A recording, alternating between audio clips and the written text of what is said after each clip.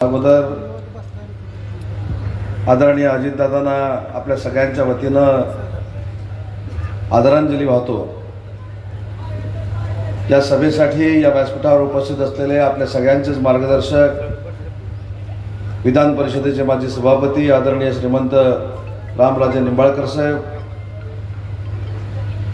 श्रीमंत संजीवराजे निंबाळकर साहेब, श्रीमंत रघुनाथराजे नाईक निंबाळकर साहेब, माजी आमदार माझे मित्र दीपकरावजी चव्हाण, या जिल्ह्याचे शिवसेनेचे संपर्क प्रमुख शरदजी कणसे, अनिकेतराजे निंबाळकर, विश्वजितराजे नाईक निंबाळकर, सत्यजितराजे नाईक निंबाळकर, सह्याद्री कदमजी, चंद्रकांतदादा जाधव, विजयराज भैया खराड, अविनाशजी फडतरे, नानासू डवरे, हेमंतजी सुतार, ज्ञानेश्वरजी पवार आणि ज्यांचा उल्लेख आवर्जून केला पाहिजे आणि त्यांनी पक्षाचा आदेश मानून ज्यांनी आपला उमेदवारी अर्ज मागे घेतला ते माझे युवा सेनेचे मित्र सचिनजी चव्हाण, अमितजी पवार, व्यासपीठावरील सर्व सन्माननीय मान्यवर आणि मोठ्या संख्येनं उपस्थित असलेले फलटणवासीय बंधू आणि भगिनींनो,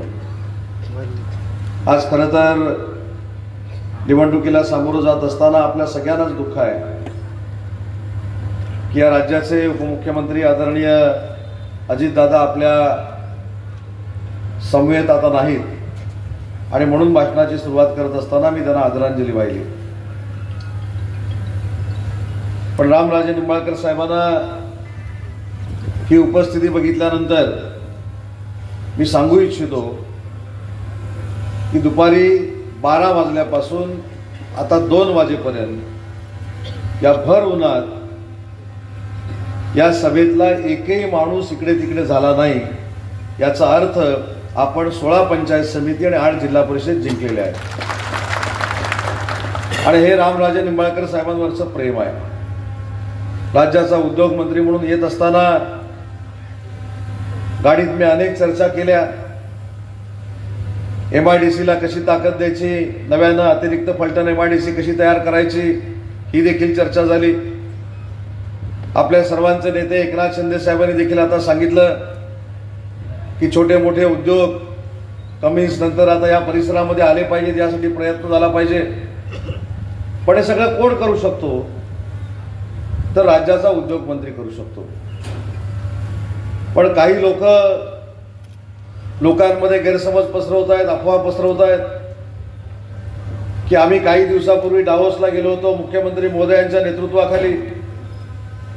काही मंडळींनी सांगितलं की तिथनं थेट काही लोकांना फोन आला आणि साताऱ्यामध्ये आता MIDC आणि कारखाना मी आणतोय असं मुख्यमंत्र्यांनी सांगितलं। मला असं वाटतं की मी दावोसच्या दौऱ्यामध्ये होतो, एवढ्या कार्यबाहुल्यातनं मुख्यमंत्र्यांनी कोणालाच फोन केला नाही याची रामराजे साहेब तुम्ही खात्री बाळगा। आणि तो फोन केला असता तर उद्योग मंत्री म्हणून मलाच विचारून केला असता, पण असं काही झालेलं नाही। पण खोटं बोला पण रेटून बोला आणि जनतेला फसवा हा काही लोकांचा उद्योग बनलेला आहे आणि म्हणून राज्याचा उद्योग मंत्री म्हणून मी आपल्याला शब्द देतो। आता मला निंबाळकर साहेबांनी देखील सांगितलं की काही वर्षापूर्वी आपल्या 277 हेक्टरवर MIDCनं नोटिफिकेशन केलेलं आहे। तिथल्या शेतकऱ्यांना विश्वासात घेऊन पुढच्या महिन्याभराच्या आत रामराजे साहेब तुमच्याच नेतृत्वाखाली या ठिकाणी बैठकीचं आयोजन केलं जाईल आणि 277 हेक्टरवर शेतकऱ्यांना विश्वासात घेऊन शेतकऱ्यांना पाहिजे तो जमिनीचा दर देऊन या ठिकाणी MIDC केली जाईल। हे उद्योग मंत्री म्हणून या ठिकाणी मी आपल्याला सांगू इच्छितो। कधी कधी असं वाटतं की माझं उद्योग मंत्रीपद दुसऱ्याच कोणी घेतलंय की काय। आता मला कळलं की अजून कुठेतरी MIDC झाले म्हणून जाहीर करून टाकलं। आता मी गेल्यानंतर मंत्रालयात गेल्यानंतर स्वतः भेटून मुख्यमंत्री महोदयांना विचारणार आहे की उद्योग मंत्री पदाचा ॲडिशनल चार्ज तुम्ही साताऱ्यात कोणाला दिलाय की काय। तेव्हा अधिकार माझा, उद्योग मंत्री मी आणि काही लोक साताऱ्याच्या प्रत्येक जमिनीवर MIDC करत सुटलेले आहेत। पण तुम्ही चिंता करू नका, मी फलटणवासियांना शब्द देतो की ज्या प्रक्रियेतनं MIDCची जमीन संपादित केली पाहिजे, ज्या प्रक्रियेतनं शेतकऱ्यांना जमिनीचा चांगला दर दिला पाहिजे, ती प्रक्रिया पारदर्शकपणानं राबवून शेतकऱ्यांवर अन्याय होणार नाही भूमिका घेऊन तुम्ही सांगाल तिथं MIDC करण्याची जबाबदारी आज राज्याचा उद्योग मंत्री म्हणून या परिसरात मी स्वतः स्वीकारलेली आहे। मगाशी माझे एक तरुण सहकारी माझ्याकडे आले. ते म्हणाले की सुरवाडीचा एक रस्ता जो आहे त्याला खड्डे पडलेले आहेत. खरं तर मी त्यांना सांगणार होतो की अतिरिक्त भार असलेल्या उद्योगमंत्र्यांना विचारा की हा रस्ता मंजूर झालाय की नाही. पण म्हटलं नको, जास्त कोणाला किंमत द्यायची आवश्यकता नाही. पण मी रामराजे साहेबांच्या समोर आज या ठिकाणी स्पष्ट पद्धतीनं सांगतो की ज्यावेळी पुन्हा एकदा बैठकीला मी इथे येईन त्यावेळी या रस्त्याच्या कामाची निविदा देखील प्रसिद्ध झालेली असेल, याचं टेंडर देखील झालेलं असेल. त्याच्यामुळे आम्हाला सगळ्यांना मिळून विकास करायचा आहे. आणि विकास करत असताना माननीय एकनाथ शिंदे साहेबांच्या नेतृत्वाखाली सगळ्या समाज घटकांना बरोबर घेऊन आम्हाला काम करायचं आहे. कोणावरही अन्याय होणार नाही ही आमची भूमिका आहे.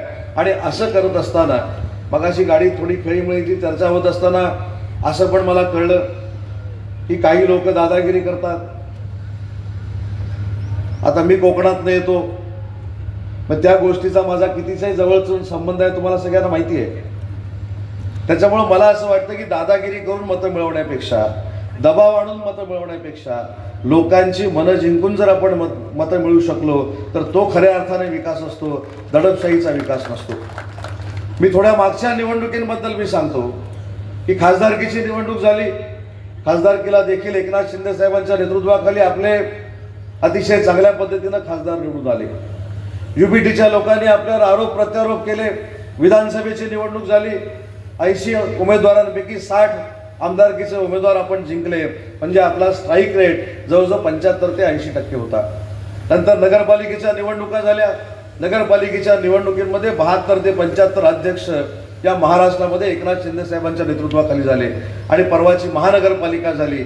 त्या महानगरपालिकेमध्ये 3 वर्षापूर्वी उठाव केलेला असताना देखील 412 नगरसेवक या महाराष्ट्रामध्ये महानगरपालिकेमध्ये शिवसेनेचे निवडून आले.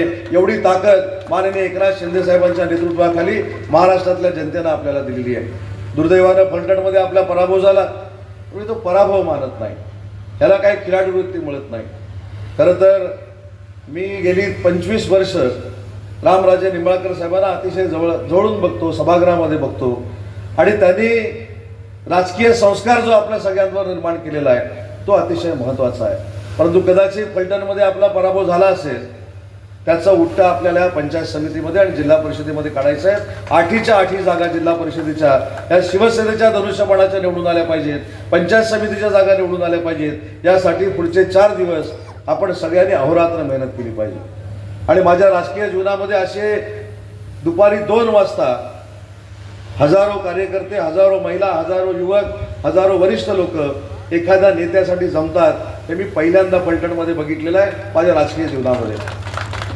आणि त्याच्यामुळं आपण सगळे जर एकत्र कामाला लागलो तर आपला विजय अतिशय जवळ आहे. आपण अतिशय चांगल्या पद्धतीनं विजय संपादन करू शकतो. फक्त पुढचे 4 दिवस म्हणण्यापेक्षा शेवटचे 2 दिवस, बरोबर ना? पदाधिकाऱ्यांना कळलं असं मी काय सांगतो ते. शेवटचे 2 दिवस अतिशय महत्त्वाचे आहेत. आणि आमचे संपर्क प्रमुख शरद कणसे साहेब आहेत, ते बाकीच्या बाबतीत सगळ्यांपेक्षा ते पुढे आहेत. त्याच्यामुळे बाकीची काही चर्चा करत नाही. पण शेवटी रणांगणामध्ये समोरून जर वार झाला तर त्याच्यामध्ये मजा असते. मागणं वार करायचे, दादागिरी करायचे, कुठनं तरी 100 पेलवान आणायचे. रामराजे साहेब, आज मी आदरपूर्वक सांगतो की सध्या सगळ्यात महाराष्ट्रामध्ये पेलवानांची टीम जर कोणाकडे असेल तर तुमच्या उदय सामंतकडे आहे. आणि पुराव्यानिशी मी सिद्ध केलेला आहे. एकनाथ शिंदे साहेबांच्या नेतृत्वाखाली याच पश्चिम महाराष्ट्रातनं 1300 पेलवान घेऊन मी जम्मूला गेलो होतो. आणि आम्ही इतिहास केला की ज्या पेहलगाममध्ये ज्या सैनिकांनी रक्त सांडलं त्या सैनिकांना रक्त देण्यासाठी याच पश्चिम महाराष्ट्रातले 1200 पेलवान घेऊन मी जम्मूला गेलो होतो. ते जम्मूला जर मी घेऊन जाऊ शकतो तर फलटणला कधी आणू शकतो. 100 कुठे आणि 1200 कुठे? शरदजी, तुम्ही फक्त कॅल्क्युलेशन केला तर त्यांच्या 1200 पट आपण पुढे आहोत, 12 पट पुढे आहोत. त्याच्यामुळे अशा गोष्टी कोणी करू नये. विकास कामं करा. साखर कारखान्याला जसा दर दिलाय माननीय रामराजे निंबाळकर साहेबांच्या नेतृत्वाखाली तशा पद्धतीने शेतकऱ्यांचा विकास करा.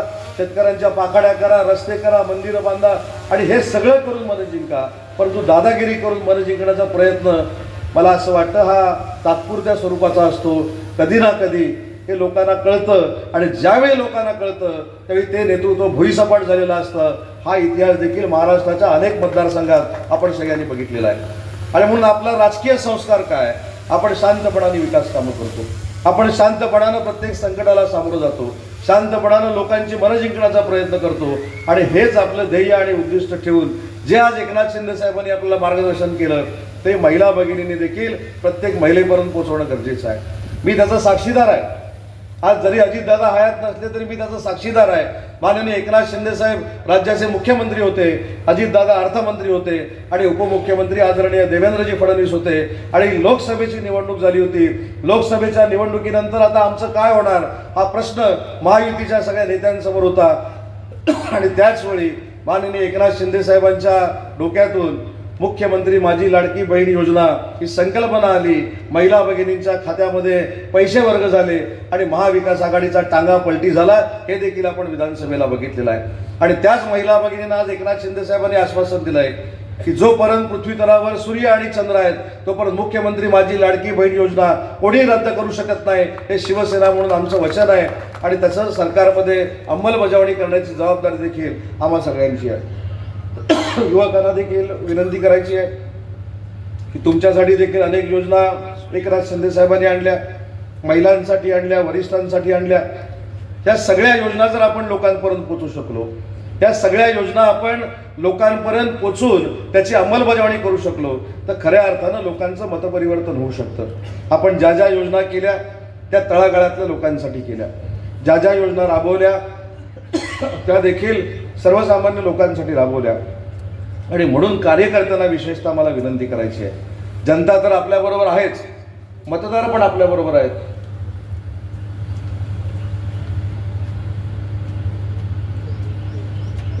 पण या मतदारांपर्यंत आपण सकारात्मक दृष्ट्या जर पोचायचं असेल तर माननीय एकनाथ शिंदे साहेबांनी केलेली विकासाची कामं, ज्याचा उल्लेख निंबाळकर साहेबांनी इथे केला. दरे हे छोटंसं गाव आहे आणि त्या दऱ्या गावामध्ये पर्यटनाच्या दृष्टीनं जी काय किमया केलेली आहे म्हणजे अख्खा महाराष्ट्र, अख्खा देश, कदाचित परदेशातली लोक देखील दऱ्यामध्ये येऊन पर्यटनाचा आस्वाद घेतील अशा चांगल्या पद्धतीचं पर्यटन विकसित करण्याचं काम माननीय एकनाथ शिंदे साहेबांच्या नेतृत्वाखाली झालंय. हा मला आत्ता आठवलं, एक फोन नक्की झाला होता शिंदे साहेबांना डावोसला जायच्या अगोदर. डावोसमधनं कोणीच फोन केला नाही, पण एकनाथ शिंदे साहेबांना डावोसला जायच्या अगोदर एक फोन नक्की आला होता. आणि त्या फोनमध्ये असं म्हटलं होतं की दऱ्यामध्ये ज्या पर्यटनाचा विकास आपण करतोय त्या ठिकाणी पर्यटनावर आधारित जर उद्योग तिथं आले तर 7 ते 8 हजार लोकांना तिथं रोजगार मिळू शकतो. ही भूमिका माननीय एकनाथ शिंदे साहेबांनी आम्हाला सांगून डावोसला पाठवलेलं होतं. त्याच्यामुळे तिकडनं इकडे पोहण्याचा काही प्रश्नच नाही. त्याच्यामुळे या सगळ्या गोष्टी आपण विचार केल्या पाहिजेत. या सगळ्या गोष्टी विचार करून आपण मतदान केलं पाहिजे. कारण शेवटी मतदान करताना त्या बॉक्समध्ये गेल्यानंतर आपण कुठचं बटन दाबतोय हे आम्हाला कळत नाही, पण आपण सद्विवेक बुद्धी जागृत ठेवून जर बटन दाबलं तर ते बटन धनुष्याचंच असेल ही खात्री माझ्यासारख्या कार्यकर्त्याला आहे. आणि म्हणून तुम्ही विकासाला मतदान करा. साहेबांनी काय सांगितलं, धनुष्याला मतदान म्हणजे विकासाला मतदान. आणि विकासाला जर मतदान करायचं असेल तर धनुष्यबाणासमोरचं बटन दाबण्याची विनंती देखील माननीय एकनाथ शिंदे साहेबांनी केलेली आहे. ही तर सातारावासियांची जबाबदारी आहे. माननीय एकनाथ शिंदे साहेबांचं मूळ गाव साताऱ्यामध्ये आहे. ते साताऱ्याचे सुपुत्र आहेत आणि साताऱ्याच्या सुपुत्रानं तुम्हाला आवाहन केलं आहे की त्यांचे हात बळकट करण्यासाठी इथले 8च्या 8 जिल्हा परिषद सदस्य आणि 16च्या 16 पंचायत समिती सदस्य हे शिवसेनेचे निवडून आले पाहिजेत. हे आव्हान नुसतं उपमुख्यमंत्र्यांनी केलं नाही तर जो उपमुख्यमंत्री या साताऱ्याचा मुलगा आहे, या साताऱ्याचा सुपुत्र आहे अशा व्यक्तीनं तुम्हाला हे आव्हान केलेलं आहे. आणि मला खात्रीपूर्वक वाटतं की माननीय एकनाथ शिंदे साहेबांच्या आव्हानाला प्रतिसाद देत माननीय रामराजे निंबाळकर साहेबांच्या नेतृत्वाखाली या सगळ्याच्या सगळ्या जागा धनुष्यबाणाच्या निवडून येतील आणि तुम्ही एक चांगला विक्रम या फलटणमध्ये घडवू शकता. जास्त वेळ मी घेणार नाही, फक्त एकच गोष्ट सांगतो. मी रायगड जिल्ह्याचा निंबाळकर साहेब पालकमंत्री होतो. आपलं नेतृत्व एकनाथ शिंदे साहेब किती संवेदनशील आहेत त्याचे 2 किस्से फक्त मी तुम्हाला सांगणार आहे. मी पालकमंत्री होतो रायगडचा आणि रायगडचा पालकमंत्री असताना एक फार मोठी दुर्घटना घडली आणि इरसालवाडी नावाची एक आदिवासी वाडी ही जमिनीखाली ढिगाऱ्याखाली गाडली गेली. रात्री 11:30-12 वाजताचा वेळ होता. जिल्ह्याचा पालकमंत्री म्हणून मी तातडीनं तिथं उपस्थित राहिलो. सातत्यानं 15-15 मिनिटानं माननीय एकनाथ शिंदे साहेब मला फोन करत होते की नक्की परिस्थिती काय. आणि शेवटी पहाटे 6 वाजता माननीय एकनाथ शिंदे साहेब त्या ठिकाणी उपस्थित झाले आणि त्यांनी विचारलं की इरसाळवाडी नक्की आहे कुठे. आपण इरसाळवाडी जर बघितली तर जमिनीपासून 5 किलोमीटरवर असा कडा आहे. तो कडा चढून गेल्यानंतरच ती इरसाळवाडी आहे. डॉक्टरनी सांगितलं की माननीय एकनाथ शिंदे साहेबांना की तुम्ही राज्याचे मुख्यमंत्री आहात, तुम्ही त्या ठिकाणी जाणं योग्य नाही. तुम्ही चालत जाऊन तिथं भेटणं हे धाडस करणं देखील योग्य नाही. शेवटी 11-11:30 वाजता निंबाळकर साहेब तिथनं निघाले, खोपोलीच्या पोलीस स्टेशनला आले आणि खोपोलीच्या पोलीस स्टेशनला मला त्यांनी बोलवून घेतलं आणि मला सांगितलं, उदय खरं तर मी त्या वाडीमध्ये जाणार नव्हतो, पण प्रांताने मला फोनवर सांगितलं की 2 लहान मुलं त्या ढिगाराखाली गाडली गेली आणि त्यांचं निधन झालंय. त्यांचे आई वडील देखील त्या हयात राहिलेले नाहीत. त्यांचं नक्की काय करायचं हा प्रश्न प्रांताने मला विचारला आणि म्हणून काही करून मला तो 5 किलोमीटरचा कडा चढून तिथं जायचं आहे. आणि हा हट्ट स्वतः एकनाथ शिंदे साहेबांनी पुरा केला. या देशाच्या इतिहासात, या महाराष्ट्राच्या इतिहासामध्ये अशा दुर्घटनेच्या ठिकाणी 5 किलोमीटरचा कडा चढून जाणारा देशातला पहिला मुख्यमंत्री कोण होता तर ते माननीय एकनाथ शिंदे साहेब होते. एवढं संवेदनशील नेतृत्व हे आपल्याला मिळालेलं आहे. आणि असाच एकदा कोल्हापूरमध्ये सभेला त्यांच्याबरोबर उपस्थित असताना एक मुस्लिम समाजाची महिला भगिनी समोर येऊन बसली होती आणि तिच्या हातामध्ये एक बाळ होतं. साहेबांना भेटण्याची तिची इच्छा होती. सभा झाल्यानंतर ती साहेबांना भेटली. साहेबांनी तिला विचारलं की माझ्याकडे तुझं काय काम आहे. तिनं ज्या गोष्टी सांगितल्या त्या आपल्या सगळ्यांच्या दृष्टीनं महत्त्वाच्या आहेत. विकासाची कामं होतील, रस्ते होतील, बंधारे होतील, साखर कारखाने होतील, पण माणसाला जर जगवायचं असेल तर एकनाथ शिंदे साहेब काय करतात हे त्या महिलेच्या तोंडातून आम्ही ऐकलं. तिनं सांगितलं की माझे 6 महिन्याचं बाळ आहे.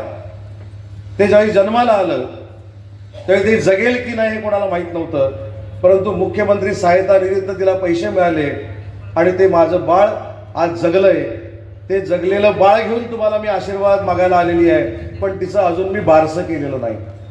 तिला आज सगळ्यांच्या समोर मला नाव ठेवायचं आहे. तुमच्या आशीर्वादानं माझं बाळ जगलं म्हणून त्या महिला भगिनीनं त्या बाळाचं नाव 1 लाख लोकांसमोर दुआ असं ठेवलं आणि शेवटी सांगितलं हे जे बाळ आहे हे जगण्यामागचं एकमेव कारण माननीय एकनाथ शिंदे साहेब होते. एवढं संवेदनशील नेतृत्व, एवढं भावनाप्रधान नेतृत्व माननीय एकनाथ शिंदे साहेबांचं आहे. आणि त्यांचे हात आपल्याला बळकट करण्यासाठी आपण सगळ्यांनी धनुष्यबाणाला मतदान करावं एवढीच विनंती करतो. भर उन्हामध्ये आपण सगळे बसलायत त्याबद्दल शिवसेनेच्या वतीनं आपले आभार मानतो. आणि भविष्यामध्ये देखील निंबाळकर साहेबांच्या आणि त्यांच्या कुटुंबियांच्या नेतृत्वाखाली उद्योग विभागाचा विकास ते सांगतील तसा या ठिकाणी केला जाईल हा शब्द देतो आणि थांबतो. जय हिंद, जय महाराष्ट्र.